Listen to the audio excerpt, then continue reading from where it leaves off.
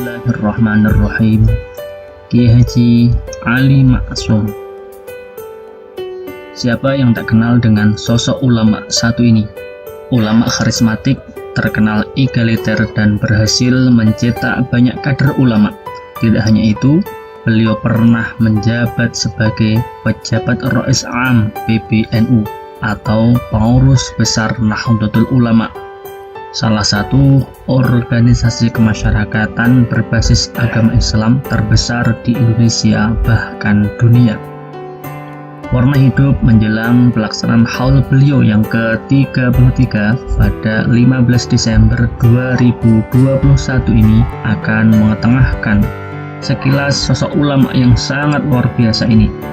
Beliau adalah Kiai Haji Ali Maksum, yang di kalangan para santri-santrinya biasa dipanggil dengan panggilan Pak Ali. Semoga keberkahan beliau senantiasa mengalir kepada kita semua, baik di dunia ini sampai kelak di akhirat. Pembawaan Kiai Ali Maksum yang tenang, santun, dan mengesankan, wataknya yang arif dan bijaksana, serta sifatnya yang lemah lembut, kerap piak, atau mudah menyapa, mudah bergaul dengan siapa saja yang ditemui. Tutur katanya yang manis, serta raut wajahnya yang selalu ceria dan semeringah, dengan hiasan senyuman yang khas, menyebabkan beliau disukai oleh siapa saja. Langsung ke TKP. Kiai Haji Ali Maksum adalah putra pertama dari pasangan Kiai Haji Maksum bin Kiai Haji Ahmad Abdul Karim dengan Nyai Hajah Nuriyah binti Kiai Haji Muhammad Zain Lasem. Beliau lahir pada tanggal 2 Maret 1915 di Soditan Lasem, Kabupaten Rembang. Keluarga Kiai Haji Ali Maksum sejak dari zaman kakek-kakeknya dahulu hingga sekarang adalah keluarga besar yang kehidupan sehari-harinya tidak lepas dari nilai-nilai kepesantrenan. Artinya, lingkungan dan rutinitas yang kental dengan kegiatan atau amaliah keagamaan dan belajar atau mengaji. Ayah Kiai Haji Ali Maksum bernama Kiai Haji Maksum Ahmad, yang terkenal dengan panggilan Mbah Maksum ini merupakan pendiri sekaligus pengasuh Pondok Pesantren Al-Hidayah di Desa Soditan Lasem, Rembang. Pondok Pesantren Al-Hidayah sendiri didirikan oleh Almarhumullah Simbah Kiai Haji Maksum Ahmad pada tahun 1916 Masehi. Sejak kecil, Kiai Haji Ali Maksum belajar dan dididik secara intens dan disiplin di pesantren ayahnya sendiri, yang saat itu menjadi pusat rujukan para santri dari berbagai daerah, terutama dalam pengajaran kitab Alfiyah Ibnu Malik, serta syarahnya Ibnu Aqil di dalam disiplin ilmu nahwu dan shorof, dan kitab Jama'ul Jawami, salah satu kitab usul fikih. Ayah beliau, Kiai Haji Maksum Ahmad atau Mbah Maksum, berharap agar putranya ini nanti menjadi sosok ulama yang ahli dalam ilmu fikih, sehingga beliau menggembleng ali kecil setiap hari dengan pelajaran kitab-kitab fikih. Sementara itu, beliau juga mengajarkan kitab-kitab lainnya kepada para santri, terutama kitab-kitab ilmu nahwu, shorof, dan balaghah. Akan tetapi, kecenderungan Ali kecil justru lebih senang mempelajari kitab-kitab nahwu dan shorof atau yang dikenal dengan ilmu alat. Selain belajar di pondok sendiri, Ali kecil kemudian belajar beberapa waktu di pondoknya Kiai Haji Amir di Pekalongan.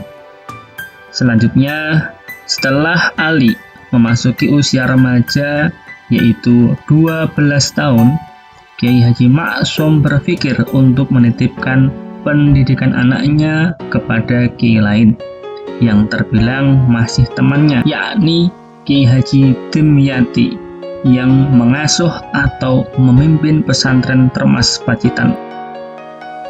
Pada saat itu, pesantren Termas yang terletak di pelosok Pacitan dan hanya dapat dicapai dengan jalan kaki yang cukup jauh ini merupakan pesantren yang cukup populer, terkenal, dan berwibawa. Hal ini disebabkan oleh 3 hal. Pertama, pesantren Termas secara tegas menolak dan menentang penjajah Belanda, serta berusaha menghindar dari pengaruh budayanya. Kedua, sebagian besar dzurriyyah atau keluarga pesantren Termas tergolong sangat alim, sehingga keberadaan Termas saat itu sebagai gudangnya ilmu agama sangat diperhitungkan. Salah satu bukti kealiman mereka terukir dalam sejarah dengan munculnya nama Syekh Mahfud At-Tarmasi yang wafat di Mekah 1918 Masehi. Beliau menjadi ulama besar berkaliber internasional dan mukim di tanah haram Mekah, penulis produktif dan guru besar di bidang hadis Sahih Bukhari, serta mendapat hak untuk mengajar di Masjidil Haram. Tentunya di masa itu tidak sembarang orang yang bisa menyampaikan ilmu di Masjidil Haram, apalagi dari kalangan ulama yang bukan dari wilayah Arab. Ketiga, dari alasan-alasan kepopuleran Pondok Termas, yaitu kegiatan ilmiah di Pondok Pesantren Termas sangat intensif karena mendapatkan dorongan sepenuhnya dari kiai dan keluarganya. Kitab-kitab yang diajarkan di pesantren Termas sangat bervariasi, seperti Fathul Mu'in, Tafsir Jalalain, Minhajul Qawim, Al-Ashbah wan Nadzair, Sahih Bukhari dan Muslim, Alfiyah Ibnu Malik, dan lain-lain. Selain itu, kegiatan mubahatsah atau pembahasan kitab selalu dilaksanakan di setiap malam. Di samping itu, didukung oleh kebijakan kiai yang memberi kesempatan kepada para santrinya yang senior yang mampu mengajari santri adik kelasnya untuk selalu membimbing para adik-adik kelasnya. Kondisi seperti itu lalu menumbuhkan semangat para santri untuk berkompetisi di bidang keilmuan. Dengan kondisi pesantren Termas yang sangat mendukung pengembangan keilmuan tersebut, maka pada tahun 1927 Masehi, Ali Maksum dikirim ke pesantren Termas Pacitan untuk memperdalam ilmu-ilmu agama. Oleh Ki Haji Demyati, Ali Maksum secara istimewa diminta untuk tidak tinggal di kamar-kamar santri pada umumnya, akan tetapi tinggal di komplek Endalem, yakni komplek keluarga Ki Haji Demyati, satu kamar dengan Gus Muhammad, putra Syekh Mahfud At-Tarmasi. Keistimewaan ini barangkali merupakan rasa hormat Ki Haji Demyati kepada Ali Maksum, karena di kalangan para kiai ada semacam tradisi saling menitipkan pendidikan putranya kepada kiai lain. Sementara itu, Kiai Haji Demyati sendiri menitipkan putranya yang bernama Gus Hamid Demyati dan Habib Demyati kepada Kiai Haji Maksum di pesantren Al-Hidayah Lasem. Ali Maksum yang di kalangan para santri, teman-teman dan keluarga pesantren lebih dikenal dengan panggilan Wak Ali, nampak paling menonjol di antara para santri yang lain dan sudah menampakkan bakat-bakat keulamaannya.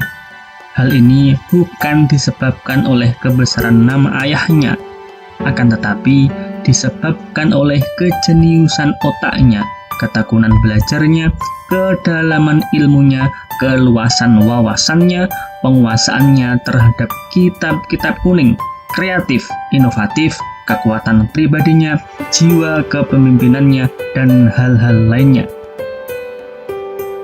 Menurut sebuah cerita, sebagaimana yang dituturkan oleh Ki Haji Demyati, bahwa Ali Maksum setiap harinya tidak lepas dari kitab-kitab besar. Semangat belajarnya hebat melampaui usianya yang sangat masih muda dan melintasi batas-batas yang ditetapkan pesantren. Ali Maksum sering tidak tidur sampai larut malam, sehingga tidak aneh jika kamarnya terlihat tidak rapi, karena di sana-sini banyak kitab-kitabnya berserakan dalam keadaan terbuka. Tentunya hal ini karena beliau melakukan mutolaah atau mengkaji kitab-kitab tersebut. Gus Muhammad, putra Syekh Mahfud At-Tarmasi yang tinggal sekamar dengan beliau ini, banyak berguru kepada Ali Maksum dalam hal membaca kitab kuning. Maklum, meskipun lama bermukim di Makkah, Gus Muhammad lebih mengkhususkan diri pada ulumul Quran. Ali Maksum tidak hanya terbatas untuk mempelajari pada kitab-kitab mu'tabaroh karya ulama salaf atau ulama kuno, sebagaimana yang diajarkan oleh kiainya, akan tetapi beliau juga mempelajari kitab-kitab tulisan ulama pembaharu seperti kitab Tafsir Al-Manar tulisan Rasyid Ridho, murid Muhammad Abduh, kitab Tafsir Al-Maruri, kitab Fatawa tulisan Ibnu Taimiyah, kitab-kitab tulisan Ibnul Qayyim, dan kitab-kitab baru lainnya. Padahal kitab-kitab tersebut menjadi larangan para kiai di beberapa pesantren tradisional untuk dipelajari.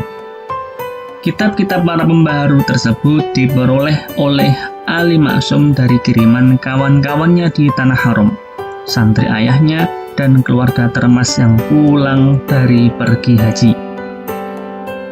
Dalam hal ini, Kiai Haji Dimyati selaku pengasuh pesantren sebenarnya mengetahui hal itu, apalagi Ali Maksum tinggal di dalam komplek dalam. Akan tetapi beliau sengaja mendiamkannya karena Ali Maksum dipandang memiliki dasar-dasar tradisi pesantren yang sangat kuat, yang artinya akidah, syariat, dan pemahaman Ali yang sudah kuat tidak akan mudah terpengaruh dengan paham-paham yang mungkin berpotensi menimbulkan paham yang menyimpang. Bahkan untuk memperluas wawasan dengan kitab-kitab tersebut bagi Ali Maksum sangat diperlukan sebagai muqabalah atau perbandingan. Barangkali karena latar belakang referensinya yang luas inilah yang menjadikan Ali Maksum sebagai seorang ulama yang berwawasan luas, mendalam, dan berpandangan lebih moderat bila dibanding dengan para kiai alumni pesantren lainnya. Dan ini adalah sisi keistimewaan Ali muda. Ali Maksum juga sangat gemar mempelajari ilmu tafsir Al-Quran, yang nantinya mengantarkan dirinya menjadi seorang ulama ahli tafsir yang terkemuka di Indonesia. Demikian pula di dalam ilmu bahasa Arab, Ali Maksum sangat menguasai kitab-kitab nahwu tingkat tinggi seperti kitab Dahlan, Ashmuni, Alfiyah Ibnu Malik, dan syawahidnya, sehingga di kemudian hari mengantarkannya juga menjadi seorang pakar ahli bahasa Arab yang terkenal. Bahkan di kemudian hari Ali mendapatkan julukan Munjid yang berjalan atau Kamus Al-Munjid yang berjalan. Artinya setiap beliau ditanya berkaitan isi dalam Kamus Al-Munjid, beliau Ali ini dengan mudah dan tangkas menjawab dengan benar dan tepat sebagaimana yang tertuang dalam Kamus Al-Munjid tanpa harus membuka kamus tersebut. Hal ini menunjukkan bahwa penguasaannya di bidang bahasa Arab beserta cabang-cabangnya sangat purna. Selanjutnya, bermula dari kegemaran, ketekunan, dan keahlian inilah mengantarkan Ali Maksum berhasil menciptakan metode baru dalam pembelajaran ilmu shorof yang dinilai cukup praktis dan efektif, yang kemudian diberi judul As-Shoroful Wadih. Metode ini berbeda dengan metode-metode shorof yang sudah mapan saat itu. Misalnya metode tasrif susunan Kiai Muhammad Maksum bin Ali dari Jombang dalam bukunya yang berjudul Al-Amsilah At-Tasrifiyah. Kegemaran lain dari Ali Maksum di bidang keilmuan adalah menghafal dan mempelajari secara intens syair-syair dan butir-butir kalam hikmah, di mana setiap ada kesempatan dalam berpidato, berceramah, mengajar, memberikan pembinaan, dan lain-lain, sering keluar dari mulutnya untean kalam hikmah dan syair-syair tersebut. Selain itu, Ali Maksum sejak muda sudah gemar tirakat, puasa, merawat, dan riyadhah lainnya, sebagaimana yang dilakukan oleh sebagian santri di pesantren-pesantren salafiyah pada umumnya.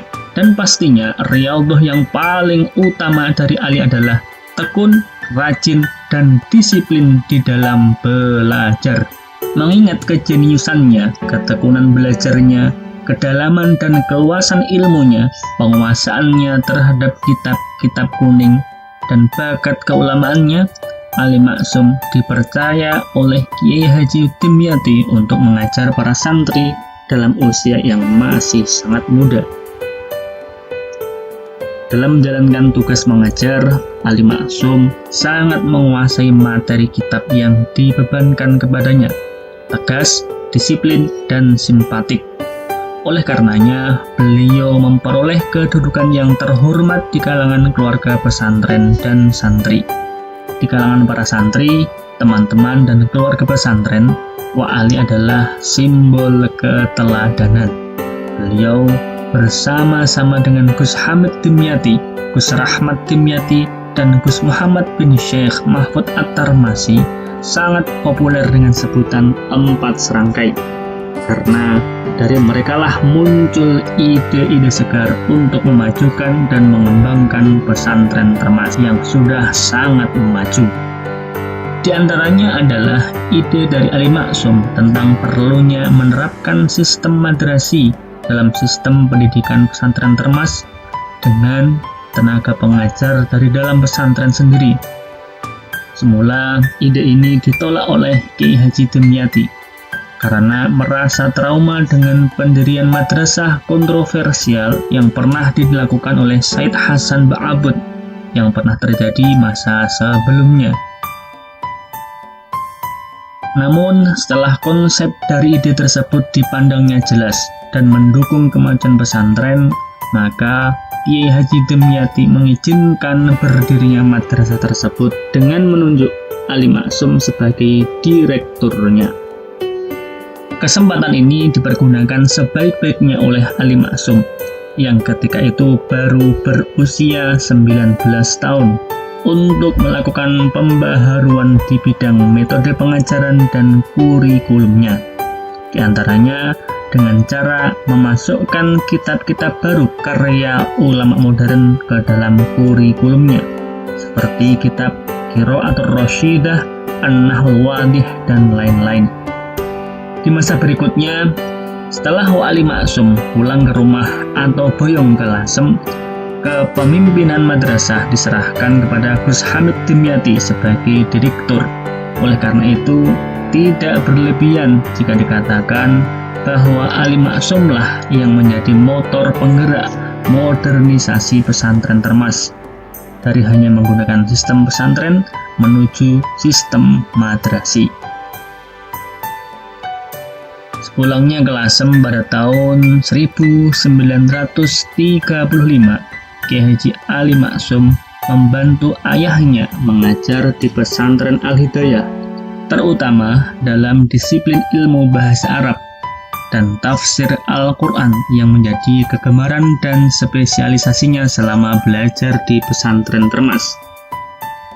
Selain mengajar, Kiai Haji Ali Maksum juga membenahi sistem pendidikan dan pengajaran pesantren.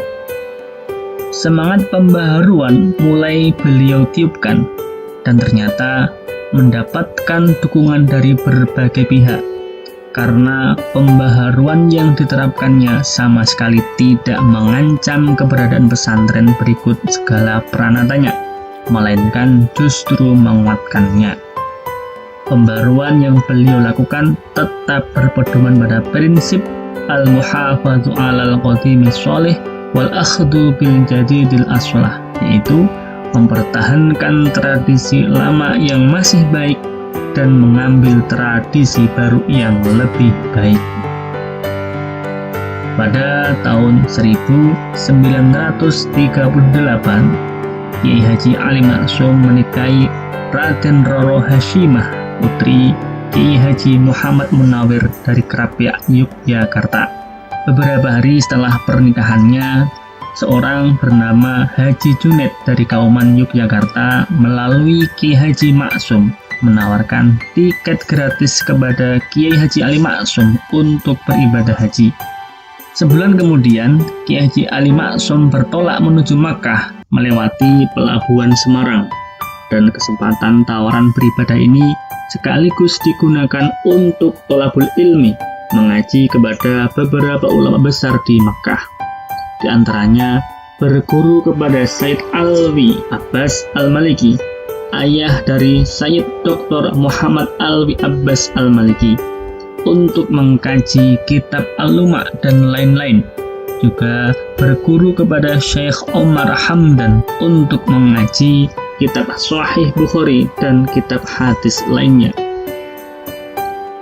Selama 2 tahun tinggal di Makkah, Kiai Haji Ali Maksum belajar dengan para masyayikh, sesama para pelajar dan jamaah haji di Indonesia. Kepada jamaah haji yang dikenalnya, ia menitipkan kitab-kitabnya untuk dibawa ke Lasem, di samping kitab-kitab yang ia tumpuk untuk dibawa sendiri pada tahun 1940 Masehi.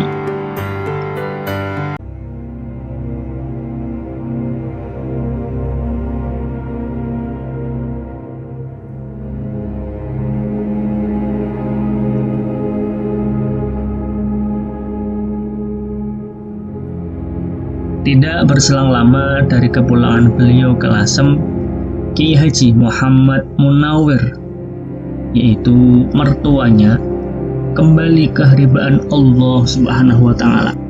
Kepemimpinan pesantren Krapyak diserahkan kepada putra tertua, yakni Kiai Haji Abdullah Afandi Munawir, dan dibantu Kiai Haji Raden Abdul Qadir Munawir. Akan tetapi, karisma kakak beradik ini tidak mampu menyamai karisma Mbah Munawir sebagai pendiri pesantren. Banyak santri yang pulang selepas ditinggal Kiai Haji Muhammad Munawir, menyisakan beberapa puluh saja. Hal ini diperparah dengan invasi Jepang menguasai Nusantara pada tahun 1942.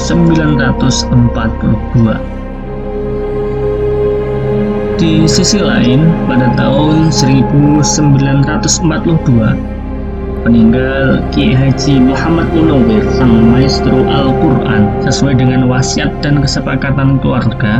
Kepemimpinan pesantren kemudian diserahkan kepada putra almarhum Al-Maghfurlah Kiai Haji Muhammad Munawir, kakak beradik, yaitu Kiai Haji Raden Abdullah Afandi Munawir dan Kiai Haji Raden Abdul Qadir Munawir. Kiai Haji Raden Abdullah Afandi Munawir bertugas sebagai penanggung jawab dalam urusan sarana prasarana pesantren dan hubungan dengan luar pesantren. Dan Kiai Haji Raden Abdul Qadir Munawir bertugas sebagai penanggung jawab dalam urusan pengajaran Al-Quran. Namun satu persatu santri pulang meninggalkan pesantren, dan hampir 100 hari wafatnya Kiai Haji Munawir, jumlah santri tinggal puluhan orang. Bersamaan dengan itu, masuknya penjajah Jepang ke Indonesia semakin memperparah kondisi pesantren, sehingga jumlah santri tinggal beberapa orang.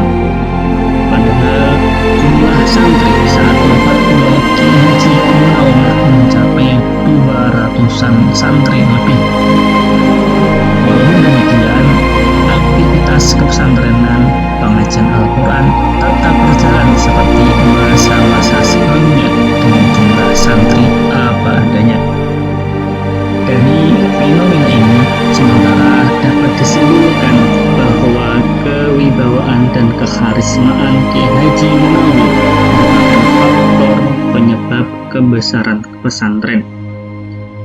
Dan hal ini ternyata tidak mampu diatasi oleh penggantinya selaku turunan langsung yang secara tradisional mewarisi kepemimpinan dan karisma dari ayahnya. Kondisi ini membuat keluarga besar Kiai Haji Muhammad Munawir merasa melakukan langkah-langkah lain demi kelestarian pesantren ke depan. Maka pada tahun 1943, musyawarah keluarga Bani Munawir memutuskan untuk mengirim delegasi menemui Kiai Ali Maksum, menantu Kiai Haji Muhammad Munawir, yang saat itu telah berhasil membenahi sistem pendidikan pesantren ayahnya di Lasem dan mampu mendongkrak jumlah santri agar bersedia diajak hijrah ke Krapyak, Yogyakarta untuk mengatasi krisis yang dialami di pesantren Al-Munawir Krapyak. Namun, ajakan ini ditolak dengan tegas oleh Kiai Ali Maksum. Beberapa bulan kemudian datang lagi utusan ke Lasem. Kali ini yang datang adalah Nyai Sukis sendiri, istri Kiai Haji Muhammad Munawir atau ibu mertua Kiai Ali, dengan didampingi Kiai Haji Raden Abdullah Afandi Munawir, yang mengharap dengan sangat agar Kiai Ali bersedia diboyong ke Krapyak. Akhirnya hati Kiai Ali Maksum luluh dan menerima ajakan itu. Sejak kepindahan Kiai Ali di Krapyak pada tahun 1943, pesantren Al-Munawir di bawah kepemimpinan 3 serangkai dengan pembagian tugas sebagai berikut. 1. Kiai Haji Raden Abdullah Afandi dengan tugas sebagai pemimpin umum menangani urusan sarana prasarana dan hubungan dengan dunia luar pesantren. 2. Kiai Haji Raden Abdul Qadir dengan tugas sebagai pengasuh tahfidz Al-Quran dan urusan internal di pesantren. 3. Kiai Haji Ali Maksum sebagai menantu bertanggung jawab dalam urusan pengajaran kitab-kitab kuning dan pembenahan sistem pendidikannya. Dari ketiga pimpinan tersebut, Kiai Ali Maksum merupakan orang yang memiliki kelebihan di samping keahlian, kedalaman, dan keluasan wawasan di bidang keilmuan, juga dipandang lebih mumpuni, lebih dewasa, lebih berpengalaman, dan lebih siap memimpin pesantren. Dengan bermodalkan pengalaman dan potensi yang dimiliki selama menjadi santri di pesantren Termas dan membenahi pesantren ayahnya di Lasem, serta tugas berat amanah yang dibebankan kepadanya tersebut, Kiai Ali mulai mencurahkan segala tenaga pikiran untuk mencari titik lemah yang menjadi sumber kemunduran beserta jalan keluarnya. Kemudian menetapkan beberapa langkah strategis, di antaranya perlunya kaderisasi ulama atau tenaga pengajar inti dari dalam pesantren. 2. Perlunya pengembangan sistem pendidikan pengajaran dan kurikulum pesantren. Akhirnya selama 2 tahun pertama antara tahun 1943 sampai 1944, aktivitas secara intensif difokuskan pada usaha kaderisasi ulama, tenaga pengajar, dan pengelola dari lingkungan keluarga pesantren, dengan melibatkan seluruh putra dan menantu Kiai Haji Muhammad Munawir serta tetangga. Sedangkan aktivitas kepesantrenan atau pengajaran Al-Quran dan menerima santri dari luar untuk sementara dibekukan. Sungguh langkah yang sangat berani dan cukup beresiko. Di antara peserta pendidikan kaderisasi ulama, hasil ide Kiai Haji Ali Maksum adalah 1.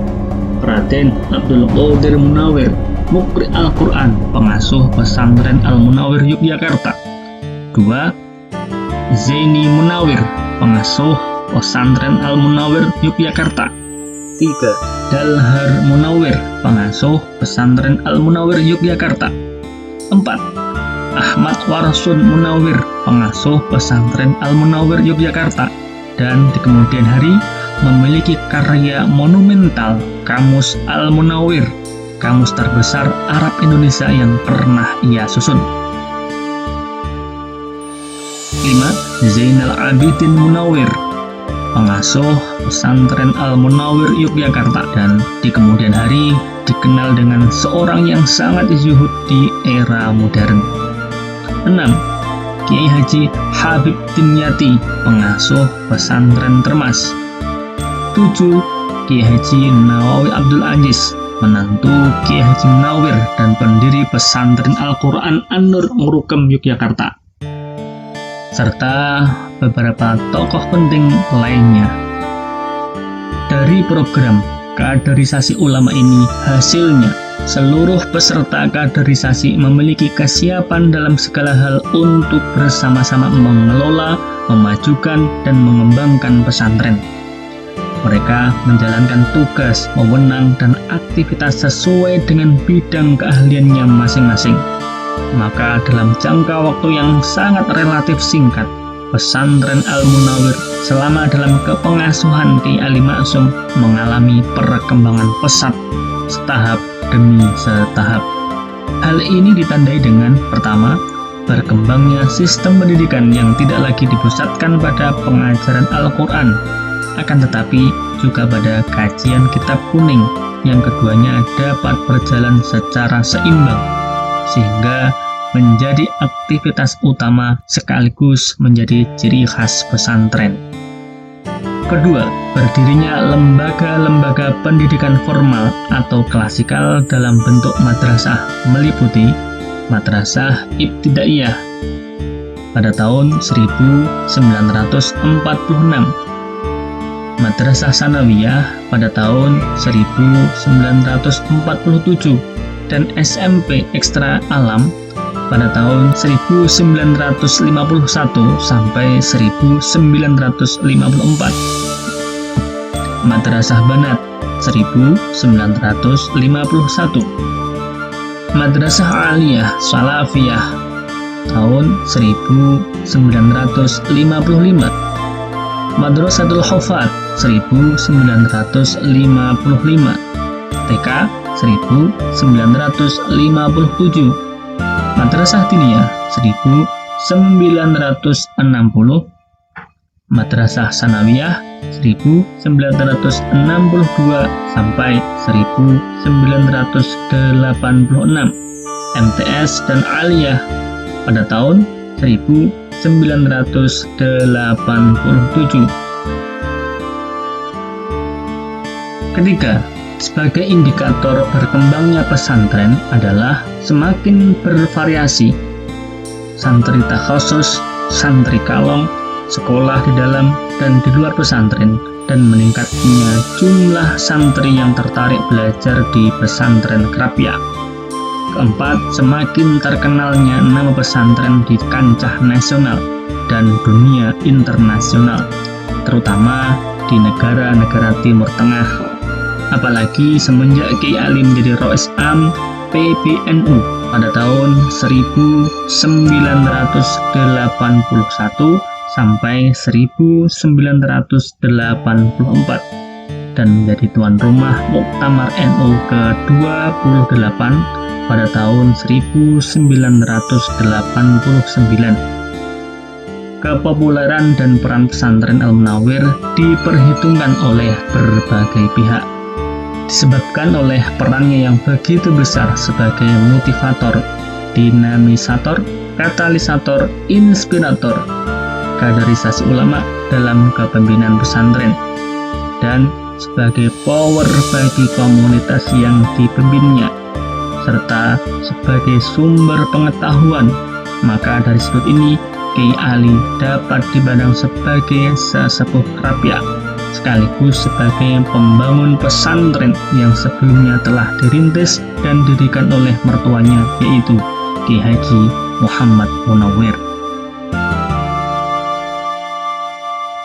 Di hadapan para santri, Kiai Ali bukanlah sosok yang menakutkan. Pada umumnya, para santri merasa takut dan lari atau bersembunyi ketika bertemu dengan Kiai. Akan tetapi tidak demikian terhadap Kiai Ali. Hubungan Kiai Ali dengan santri seperti layaknya hubungan bapak dengan anak. Kedekatan hubungan ini ditunjukkan oleh kesukaannya bercanda, bergurau dengan para santrinya, baik secara individu maupun secara jamaah di pengajian. Kalaupun ada santri yang lari atau takut ketika berhadapan dengan Ki Ali, mereka justru akan dipanggil, baik secara langsung maupun lewat mikrofon, untuk sekedar diajak ngobrol sambil mendengarkan lagu-lagu kesayangannya atau menonton TV, diajak jalan-jalan keliling pondok sambil mengambil sampah-sampah kering, kertas, plastik, dan dedaunan. Juga disuruh memijatnya, disuruh menyapu, atau membersihkan kamar pribadinya atau halaman rumahnya, dan lain-lain. Sehingga mereka tidak lagi merasa takut dan terasa begitu dekat dengan sang kiai. Selain itu, Kiai Ali sangat rajin mendatangi kamar-kamar santri dan membangunkan mereka untuk diajak sholat subuh berjamaah. Terhadap santri yang dipandang malas dan bandel berjamaah tarawih setiap datangnya bulan Ramadan, Ki Ali mengadakan tarawih panggilan di dalam kediamannya dan diimami sendiri oleh beliau. Ini bukan berarti memberi kesempatan atau peluang untuk bandel, akan tetapi mendidik mereka bahwa dengan sering dipanggilnya mereka, maka lama-kelamaan mereka akan sadar dan malu dengan sendirinya, sehingga termotivasi untuk merubah diri sendiri. Demikian pula kedekatan Ki Ali terhadap para alumninya yang ditunjukkan oleh seringnya beliau menitipkan salam kepada alumni lewat para tamu, wali santri, atau santri yang kebetulan kenal dan dekat tempat tinggalnya dengan alumni tersebut. Bahkan Ki Ali sering mampir ke rumah alumni di tengah perjalanannya ke luar kota. Terutama setiap ada event haul Kiai Haji Munawir, para alumni selalu dikirim undangan untuk menghadiri haul tersebut. Dari sini dapat dikatakan bahwa kedekatan hubungan santri dengan kiai tetap berlanjut sampai menjadi alumni. Memang soal ketaatan itu mutlak bagi santri kepada kiai, namun bagi beliau ketaatan murid terhadap guru tetap sebatas pada hal-hal yang dibenarkan oleh syariat dan dilakukan secara wajar. Ki Ali sangat peduli terhadap kebersihan lingkungan pondok. Beliau sering berjalan-jalan sambil mengelilingi pondok. Begitu melihat lingkungannya yang kotor dengan berbagai jenis sampah, langsung saja memanggil santri yang ada di situ, terutama para santri yang tidak ikut sorogan, untuk diperintah mengambil sampah-sampah tersebut dengan tangannya, karena beliau memang sangat titen atau ingat dan teliti pada santri yang ikut dan yang tidak ikut sorogan. Bahkan terkadang beliau sendiri yang memungutnya. Selain itu, beliau juga sangat peduli dengan kondisi suatu bangunan yang rusak, kumuh, atau yang tidak layak huni. Langsung saja beliau mengerahkan, memimpin, dan mengawasi para santri untuk kerja bakti.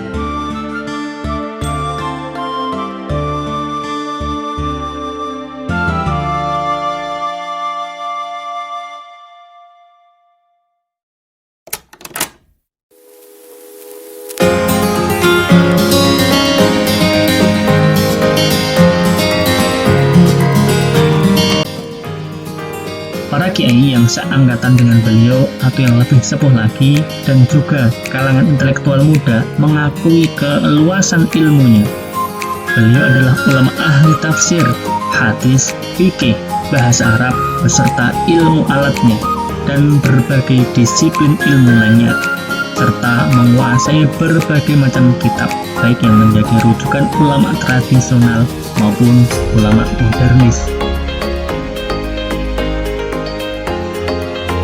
Bahkan penguasaannya terhadap kitab-kitab rujukan ulama modernis tersebut, seperti karya Ibnu Taimiyah, Ibnu Qayyim, Sayyid Qutb, Hasan al-Banna, Muhammad Abduh, dan lain-lain, justru melebihi dari para ulama kelompok modernis itu sendiri. Luar biasa. Di kalangan intelektual muslim dan dunia kampus, Kiai Ali adalah seorang dosen dan guru besar ilmu tafsir di IAIN Sunan Kalijaga, Yogyakarta, yang benar-benar ahli di bidangnya dan berpandangan luas. Karena keahliannya itu pada tahun 1962, Kiai Ali bersama-sama dengan Profesor Kiai Haji Anwar Musyaddad, Profesor Dr. Mokhtar Yahya, Profesor Hasbi Asyidiki, dan lain-lain ditunjuk oleh Menteri Agama Republik Indonesia sebagai anggota tim lembaga penyelenggara penterjemah kitab suci Al-Quran yang diketuai oleh Profesor Sunaryo, Rektor IAIN Sunan Kalijaga ketika itu. Meskipun dekat dengan kalangan akademisi dan intelektual, Kiai Haji Ali Maksum tetap istiqomah mengajarkan kitab kuning kepada para santri krapia, dan hampir tidak ada waktu jeda untuk memberikan pengajian umum atau ceramah agama kepada masyarakat, baik di pedesaan, di dalam kota maupun di luar kota Yogyakarta. Di sela-sela kesibukannya sebagai pengajar pengasuh pesantren Al-Munawwir Krapia, Kiai Ali Maksum sejak masa-masa awal sudah simpatik terhadap Jam'iyah Nahdlatul Ulama atau NU, terutama sekitar tahun 1950-an. Ketika itu suhu politik memanas akibat semakin nyaringnya suara kaum Nahdliyin untuk keluar dari Masyumi, dan terrealisir ketika Muktamar di Palembang tahun 1952 yang memutuskan NU keluar dari Masyumi dan mendirikan partai NU sendiri.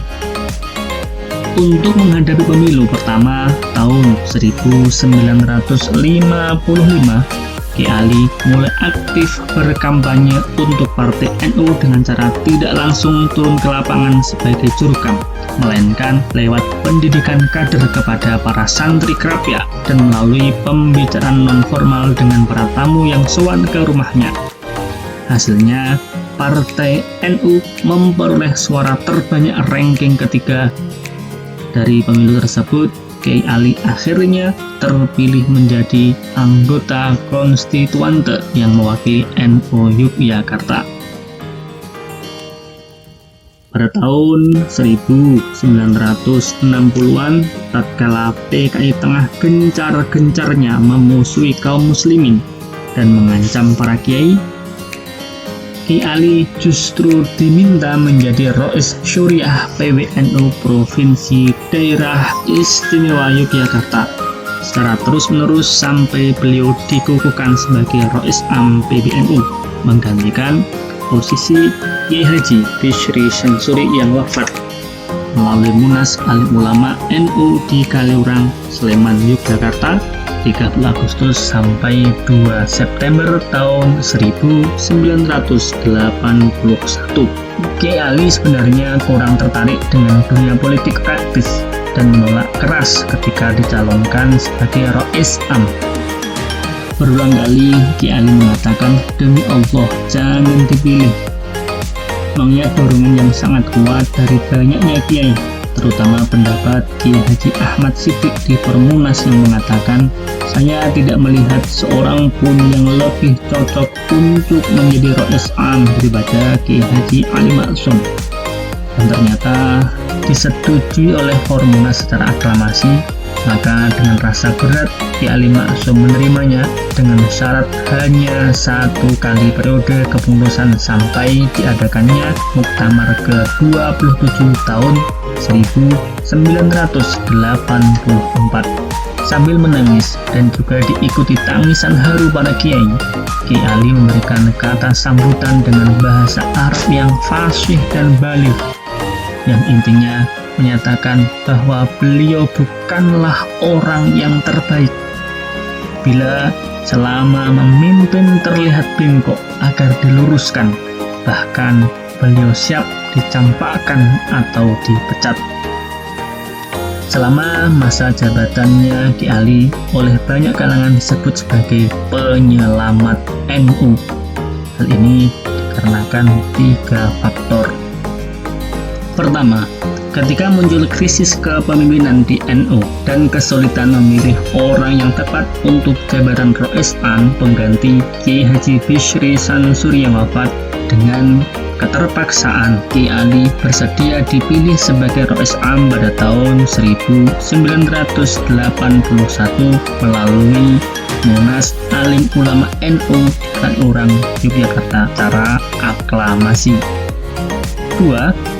Ketika muncul dalam tubuh NU Kemelut pada tahun 1983 dengan pengunduran diri Dr. Idham Khalid sebagai Ketua Umum PBNU yang belakangan lalu dicabutnya kembali akibat perseteruan antara kubu politik kelompok Cipete pimpinan Dr. Idham Khalid dengan kubu ulama non-politik kelompok Situbondo pimpinan Kiai Haji As'ad Syamsul Arifin. Kiai Ali tampil merangkap jabatan Rois Am sekaligus Ketua Umum PBNU untuk membenahi persiapan Muktamar Situbondo tahun 1984 yang menghasilkan keputusan strategis dan monumental, yaitu mengembalikan NU ke Khitoh 1926.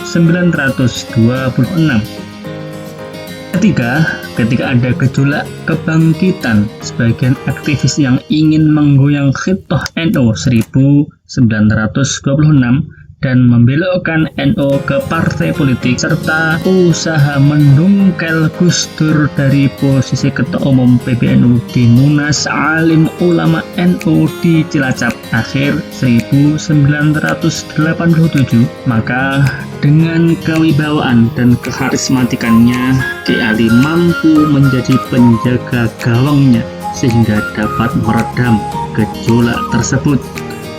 Atas perannya ini, Kiai Ali secara berkelakar berkomentar, "Wah, saya ini anggota mustasyar yang bagian meden-medeni atau menakut-nakuti." Mungkin Kiai Ali memang dikenal menjadi sosok yang bertangan dingin menyelamatkan suatu organisasi dalam masa-masa yang sangat sulit. Selain itu, sejak tinggal di kota Jogja, beliau membangun organisasi NU dari bawah. Kekuatan pemuda, pengusaha, mahasiswa, dan sebagainya beliau kumpulkan. Kala NU keluar dari Masyumi sebelum pemilu 1955, Ali juga hadir menjadi salah satu tokoh yang berjasa. Meski baru menjadi salah satu kekuatan politik, NU berhasil menempati posisi ketiga dalam pemilu 1955. Kiai Ali juga berperan dalam menjaga persatuan NU saat permulaan Orde Baru, terlebih saat penyederhanaan partai oleh pemerintah pada tahun 1973. NU benar-benar diuji. Jalan damai yang digaungkan Kiai Ali menjadi salah satu titik keberhasilan dari jasa Kiai Ali meredam konflik dalam tubuh NU. Walhasil, Kiai Haji Ali Maksum adalah salah seorang motor dilahirkannya Khitoh NU 1926 yang menandakan ormas NU kembali ke rel perjuangan sosio masyarakat dan menanggalkan politik praktis. Berbagai hasil capaian Kiai Ali Maksum selama menjadi Rois PBNU sejak 1980 sampai 1984 antara lain sebagai berikut. 1. Membatasi peran NU secara struktural untuk masuk terlalu dalam dunia politik praktis. NU sebelum tahun 1984 adalah partai besar yang mampu menempatkan wakilnya ke dalam parlemen. 2. Memotori lahirnya keputusan NU kembali ke Khitah atau ke Khitoh 1926. Khitoh tersebut sebagai penanda kembalinya ruh NU ke dalam perjuangan sosio-kultural dalam berbangsa dan bernegara. 3. Membuat batasan yang tepat dalam hubungannya dengan partai-partai. 4. menempatkan kembali ulama sebagai pelindung dan pengayom masyarakat, bukan sekedar sebagai lumbung suara ketika pemilu. 5.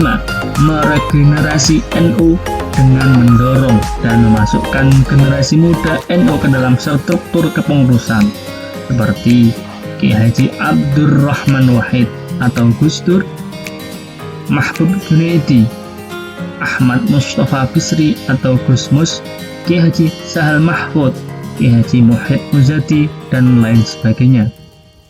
6. Menghilangkan perpecahan di tubuh NU. Tidak ada lagi kubu Cipete dan Situbondo. Peran lainnya dari Kiai Haji Ali Maksum sangat banyak, terutama pembelaan beliau terhadap tradisi Amaliyah Nahdliyin yang beliau tuangkan dalam kitab Hujjatu Ahlus Sunnah wal Jamaah dengan dalil-dalil yang sahih dan rasional. Santri-santri beliau banyak yang menjadi tokoh dan orang besar dengan segudang kiprahnya. Di antara karya-karya beliau, 1. Kitab Hujjah Ahlus Sunnah wal Jamaah, karya yang sangat populer dan dikaji sampai sekarang di berbagai madrasah dan berbagai pesantren sebagai bentuk kajian dasar-dasar amaliyah Nahdliyin yang selama ini dilaksanakan di berbagai daerah dan tempat. 2. Fathul Qadir. Kitab ini merupakan kitab pertama di Nusantara yang ditulis oleh Kiai Haji Ali Maksum yang menjelaskan tentang ukuran dan takaran Arab dalam bahasa Indonesia. 3. Durus Al-Falakiyah adalah karya Kiai Haji Ali Maksum yang menjelaskan tentang falak. Kiai Haji Ali dalam menyusun kitab ini dengan cara sistematis dan konseptual. Di dalamnya termuat ilmu hitung, logaritma, almanak Masehi dan Hijriah, posisi matahari, dan sebagainya. Selanjutnya, Badi'atul Mithal. Kitab ini adalah kitab yang hampir sama dengan kitab Ad-Durus Al-Falakiyah yang menjelaskan tentang ilmu falak. Di dalam kitab ini, Kiai Haji Ali lebih menjelaskannya menjadi patokan bahwa pusat peredaran alam semesta bukanlah matahari melainkan bumi, sedangkan matahari, planet, dan bintang yang jumlahnya demikian banyak berjalan mengelilingi bumi.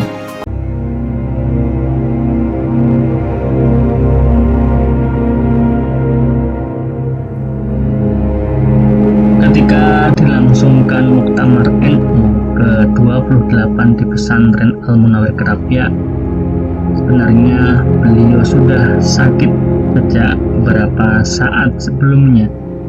Meskipun demikian, sebagai tuan rumah yang bertanggung jawab atas sukses dan tidaknya muktamar, beliau masih sempat mengomando panitia pelaksana yang sebagian besar adalah santrinya lewat mic speaker dari kamar beliau. Ketika Presiden Soeharto dan beberapa menteri serta para peserta muktamar menjenguknya, Kiai Ali juga masih sempat menerima mereka dengan berbaring di kamarnya. Hasil muktamar dapat berjalan dengan sukses dengan mengantarkan kembali pasangan Kiai Haji Ahmad Siddiq sebagai Rais Am dan Kiai Haji Abdurrahman Wahid sebagai Ketua Umum PBNU untuk periode yang kedua kalinya. Seminggu setelah muktamar, Kiai Haji Ali Maksum jatuh sakit dan dirawat di rumah sakit Sarjito.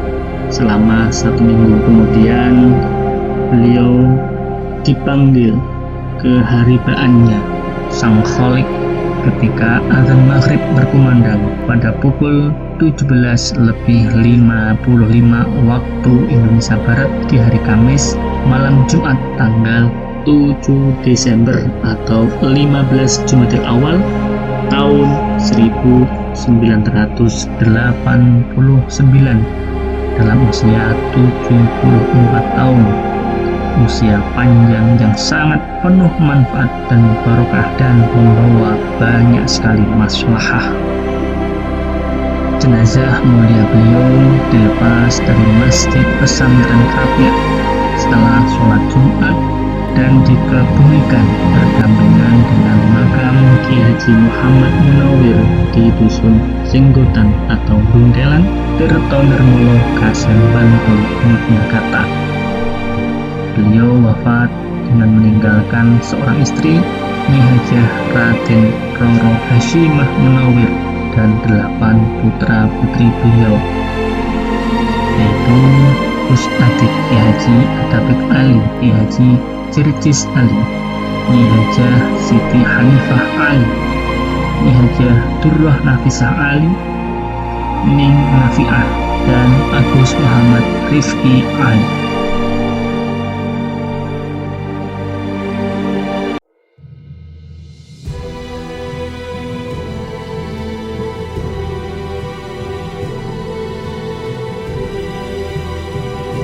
Banyak sifat-sifat kepribadian Ki Ali yang dapat dijadikan sebagai suri teladan, terutama bagi para santri, dan sekaligus mempengaruhi kepemimpinannya di pesantren Al-Munawir. Di antaranya adalah istiqomah mengajar kitab kuning.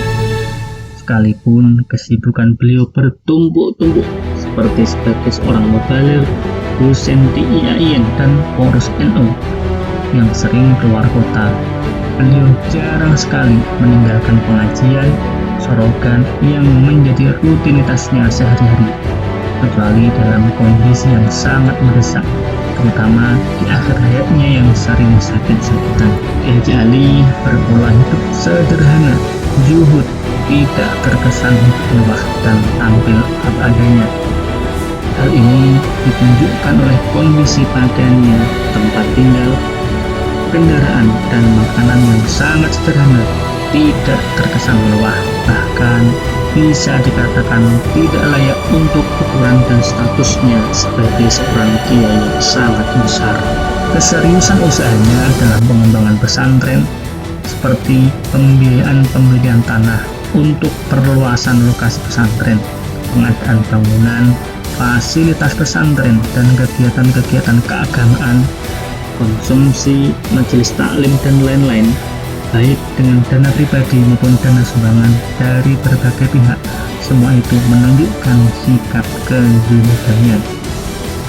Bahkan jauh sebelum wafatnya, Kiai Ali sudah mempersiapkan untuk membagi-bagikan seluruh harta kekayaannya tanpa diketahui oleh siapapun, dengan cara membuat catatan beberapa lembar kertas yang kemudian disimpan di lemari di antara tumpukan-tumpukan pakaian beliau, yang isinya jumlah total berbagai jenis harta benda yang dimiliki, tanah, rumah, pakaian, kendaraan, uang, dan lain-lain, serta tempat penyimpanannya.